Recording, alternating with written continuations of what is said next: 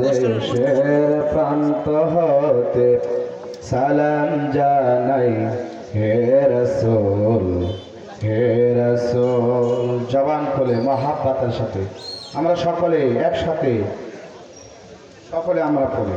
বাংলাদেশের প্রান্ত হতে সালাম জানাই হে রাসূল, হে রাসূল। আল্লাহুম্মা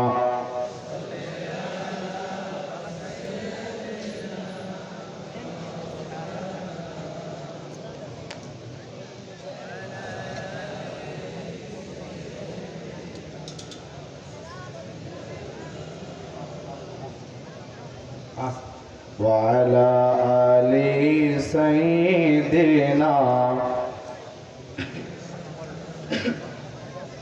ওইতাদ সূরজের তারকারাজি, আসমান জমিনের বিখরাজি। ওইতাদ সূরজের তারকারাজি, আসমান জমিনের বিখরাজি। সাগর নদী পর্বতরাজি, সেদিলে তুমি সব তোমারই তো দান। সকলেই জবান খুলে বলি ও রহিম রহমান, তুমি মহান মহিয়ান। ও রহিম রহমান, তুমি মহান মহিয়ান। আল্লাহুম্মা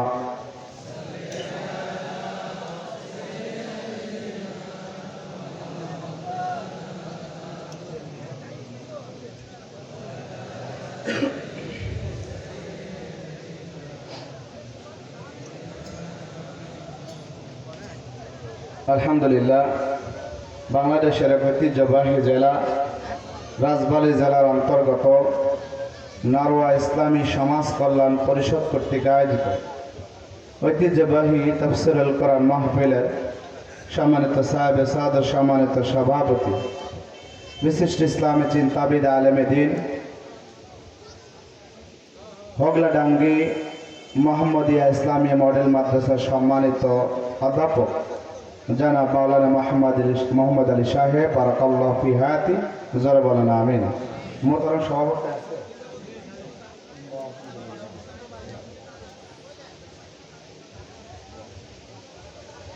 জি আলহামদুলিল্লাহ। আজকের প্রোগ্রামের সম্মানিত প্রধান অতিথি, প্রধান মুফাসসির, সারা বাংলার গর্ব অহংকার, তারুণ্যের অহংকার, অগ্রান্ত তৌহিদের হৃদয়ের স্পন্দন, আল কোরআনের প্রাণবন্ত ধারাভাষ্যকার, আমার প্রিয় ভাই জনাব মাওলানা মুফতি আমির হামজা সাহেব, বারাকাল্লাহু ফি হায়াতি। আমার ভাইয়ের জন্য দোয়া করি, আল্লাহ তাআলা তাকে আমিত্ব ইসলামের জন্য কবুল করেন, বলেন আমিন।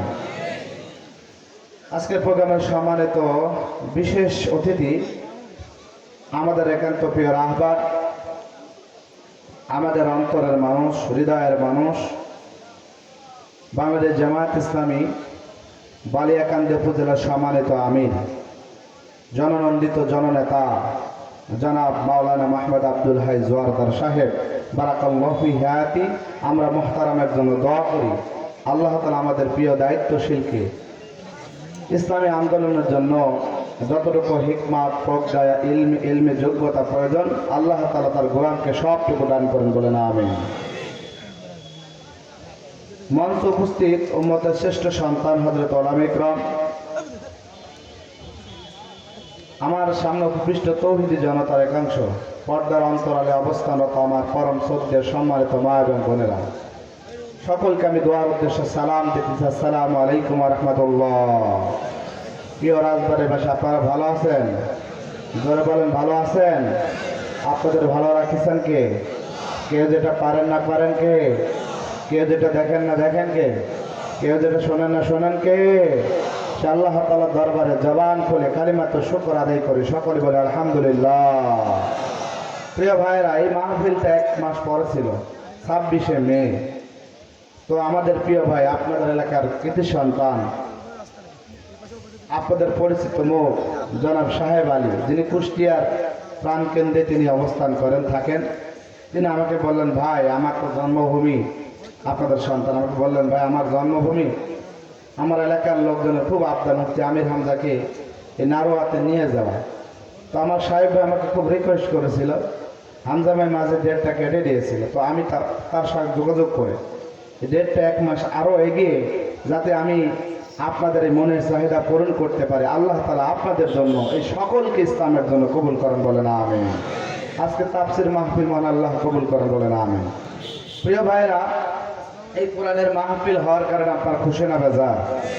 আমি ছোট্ট মানুষ, আমার এলেম যোগ্যতা একেবারেই কম। আজকে তিনি সভাপতি মহোদয় বসে আছেন, আমার উস্তাদের উস্তাদ, এমন একজন গুণীজন যারা পাশে বসে থাকে, আমার কথা বলতেই ভয় লাগে, এত আলেম ওলামা। তারপরেও আল্লাহর কোরআন থেকে, আমি যেহেতু মেহমান, আল্লাহর কোরআন থেকে কিছু কথা বলবো। আল্লাহ তাআলা আমাকে কিছু কথা বলার, আপনাদেরকে শোনার তৌফিক দান করেন, বলেন আমিন। প্রিয় ভাইরা, এমন একটা সময় ছিল কোরআনের মাহফিল আয়োজন করা খুব কষ্টসাধ্য ব্যাপার ছিল, কথা বলেন না কেন? আমি শুনলাম আস্তে আস্তে এক ভাই বললেন, পাশে 3-4 কিলোমিটার ওদিকে দূরে আমির হামজা ভাই 2020 সালে অথবা 19 সালে তাকে এই মাহফিল প্রোগ্রাম করতে দেওয়া হয়নি, আপনারা জানেন নাকি? প্রিয় ভাইরা, যারা করতে দেয় নাই, যে সমস্ত উগ্রবাদী, যে সমস্ত সন্ত্রাসীরা যারা এই কোরআনের মাহফিল বন্ধ করেছিল, তারা ভালো করেছে না খারাপ করেছে?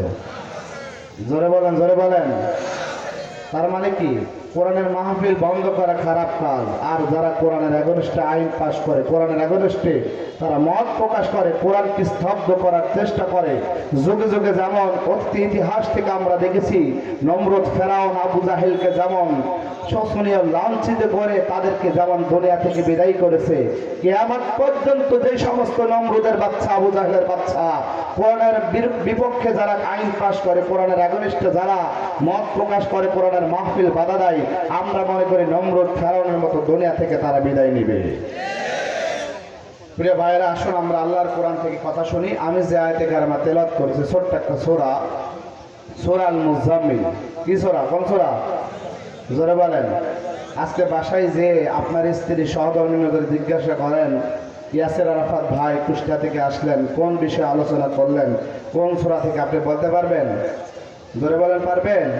আমি কোন সূরা আয়াত তেলাওয়াত করলাম? সূরা আল মুজাম্মিল। প্রিয় ভাইরা, সূরা মুজাম্মিল মূলত মাক্কি সূরা। আল্লাহ রাসূল সাল্লাল্লাহু আলাইহি ওয়াসাল্লামের উপরে যতগুলো সূরা নাযিল হয়েছে মাক্কিতে, মক্কায়, তার মধ্যে প্রথম ক্যাটাগরিতে সূরা, অর্থাৎ প্রথম দিকে আল্লাহ তাআলা সূরা মুজাম্মিল নাযিল করলেন। আল্লাহু আকবার, বলেন না?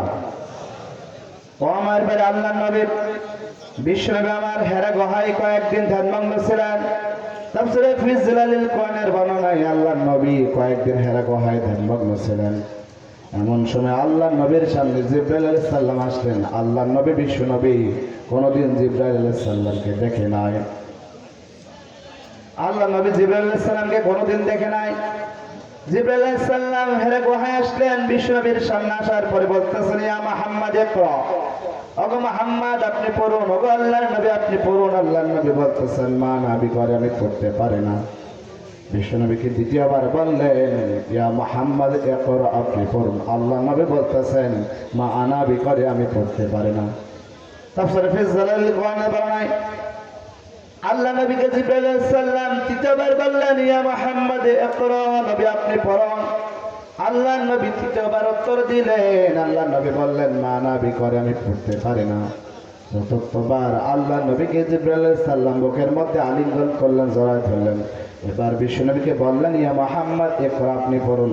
তখন আল্লাহর নবী পড়া শুরু করে দিলেন, ইকরা বিসমি রাব্বিকাল্লাযী খালাক, খালাকাল ইনসানা মিন আলাক, ইকরা রাব্বুকাল আকরাম, আল্লাযী আল্লামা বিল কলম, আল্লামাল ইনসানা মা লাম ইয়ালাম। আল্লাহু আকবার। আল্লাহ নবী আমার সূরা আলাকের 5টা আয়াত বিশ্বনবীর উপরে যখন নাযিল হয়ে গেল, আল্লাহ নবী যখন বললেন, এই যে বিশ্বনবীর উপরে প্রথম যখন ওহী নাযিল হলো, বিশ্বনবীর শরীরটা ভার হয়ে গেল। আল্লাহ নবীর শরীরটা ভার হয়ে গেল, বিশ্বনবীর শরীরে ভার, বিশ্বনবীর শরীর কাঁপনি শুরু হয়ে গেল। তাফসীরে ইবনে কাসিরের বর্ণনায় বিশ্বনবীর শরীরে জ্বর চলে আসলো। আল্লাহর নবী স্থির থাকতে পারে না, মনে হয় কাঁপতে কাঁপতে জমিনের মধ্যে পড়ে যাবে। আল্লাহর নবী ওই অবস্থায় কাঁপতে কাঁপতে কাঁপতে কাঁপতে আল্লাহ রাসূলের বাসায় আসলেন। আসার পরে তার স্ত্রী, প্রিয়তম স্ত্রী খাদিজা রাদিয়াল্লাহু তাআলা আনহাকে বলতেছেন, আমার স্ত্রী খাদিজা, জাম্মিলুনি, আমাকে একটা চাদর দাও, জাম্মিলুনি, আমাকে একটা চাদর দাও। আল্লাহ নবী বললেন, জাম্মিলুনি, আমাকে একটা চাদর দাও। আল্লাহ নবীর স্ত্রী বলতেছেন, ওগো নবী, আপনি, আপনার কি হয়েছে, আপনি চাদর নেবেন কেন? আল্লাহ নবী সব ঘটনা খুলে বলল, ওগো খাদিজা, আমার সঙ্গে হেরা ভয় এই ঘটনাগুলো হয়েছে। আল্লাহ নবী বলতেছেন, ওগো খাদিজা, আমি মনে হয় বাঁচবো না, আমার অবস্থা খুব ভালো না। আল্লাহ নবীর স্ত্রী বলতেছেন, ওগো নবী, আমার মনে হয় ওই আল্লাহ আপনার কোনো অকল্যাণ করবে না। আল্লাহু আকবার, বলো না। আল্লাহ নবীর স্ত্রী খাদিজা রাদিয়াল্লাহু তাআলা আনহা বিশ্বনবীকে বলতেছেন, নবী, ওগো নবী, কোন ব্যক্তি যখন বোঝা বহন করতে পারেন আপনি বোঝা বহন করে দেন। ওগো নবী, কেউ যখন অসুস্থ আপনি সেবা করেন। ওগো নবী, যেখানে সত্য বিপন্ন আপনি সেখানে সত্যের বীর সেনানী হয়ে যান।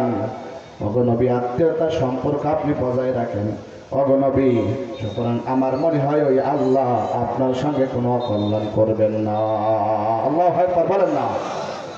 আল্লাহ নবীকে সান্ত্বনা দিতে লাগলেন, বললেন, নবী, আপনি কোনো টেনশন করেন না, চিন্তা করেন না। আল্লাহ নবী বললেন, খাদিজা, তুমি আমাকে একটা চাদর দাও। আল্লাহ নবীকে চাদর দেওয়া হলো। আল্লাহ নবী চাদর নিয়ে ঘরের মধ্যে চলে গেলেন। যাওয়ার পরে বিশ্বনবী আমার চাদর মুড়াই দিয়ে শুয়ে পড়লেন। শুয়ে পড়ার পরে বিশ্বনবী থরথর করে কাঁপলেন। আল্লাহ নবী চাদরটা মুড়াই দিয়ে শুনলেন। দেখেন, আল্লাহ তাআলা বিশ্বনবীকে মহব্বত করে ভালোবেসে আল্লাহ রাসূলকে আল্লাহ তাআলা ডাকলেন। আল্লাহু আকবার, বলেন না। প্রিয় ভাইরা, আমরা আমাদের যখন সন্তানকে ভালোবেসে তখন ডাক দিই, বলি বাবু, সোনা, মধু ইউজ করে কিনা? ধরে বলেন, এই শব্দ আপনার সন্তানকে বলেন। আপনি সন্তানকে বলেন, বাবু, সোনা, যান, এই শব্দগুলো আপনি ব্যবহার করেন। আল্লাহ তাআলা বিশ্বনবীকে ভালোবেসে মহব্বত করে আল্লাহ তাআলা বিশ্বনবীকে ডাকলেন। আল্লাহ বিশ্বনবীকে ডাকলেন, ইয়া আইয়ুহাল মুযাম্মিল। আল্লাহু আকবার, বলেন না।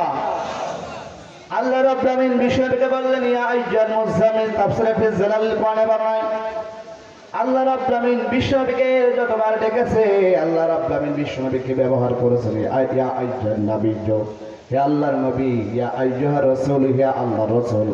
বিশ্বনবীকে আল্লাহ দুইবার মহব্বত করে ডেকেছেন, ইয়া আইয়ুহাল মুযাম্মিল, ইয়া আইয়ুহাল মুদ্দাসসির। আল্লাহ বিশ্বনবীকে ওই যে কম্বল মোড়া দিয়ে বিশ্বনবী শুয়ে পড়লেন।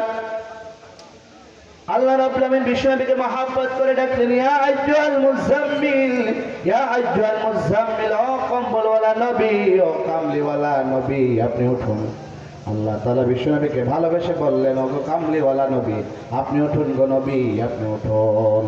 হেরা হতে হেলে দোলে নুরানি হতন, ওকে আসে হাই সারা দুনিয়ার হেরমের পর্দা খুলে খুলে যাই। সে যে আমার কামলিওয়ালা, কামলিওয়ালা, সে যে আমার কামলিওয়ালা, কামলিওয়ালা। আল্লাহু আকবার, বলেন না।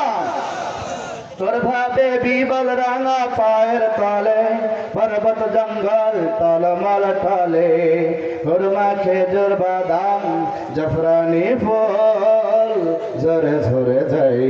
সে যে আমার কামলিওয়ালা, কামলিওয়ালা। আল্লাহু আকবার, বলেন। ও আমার আল্লাহ রাব্বুল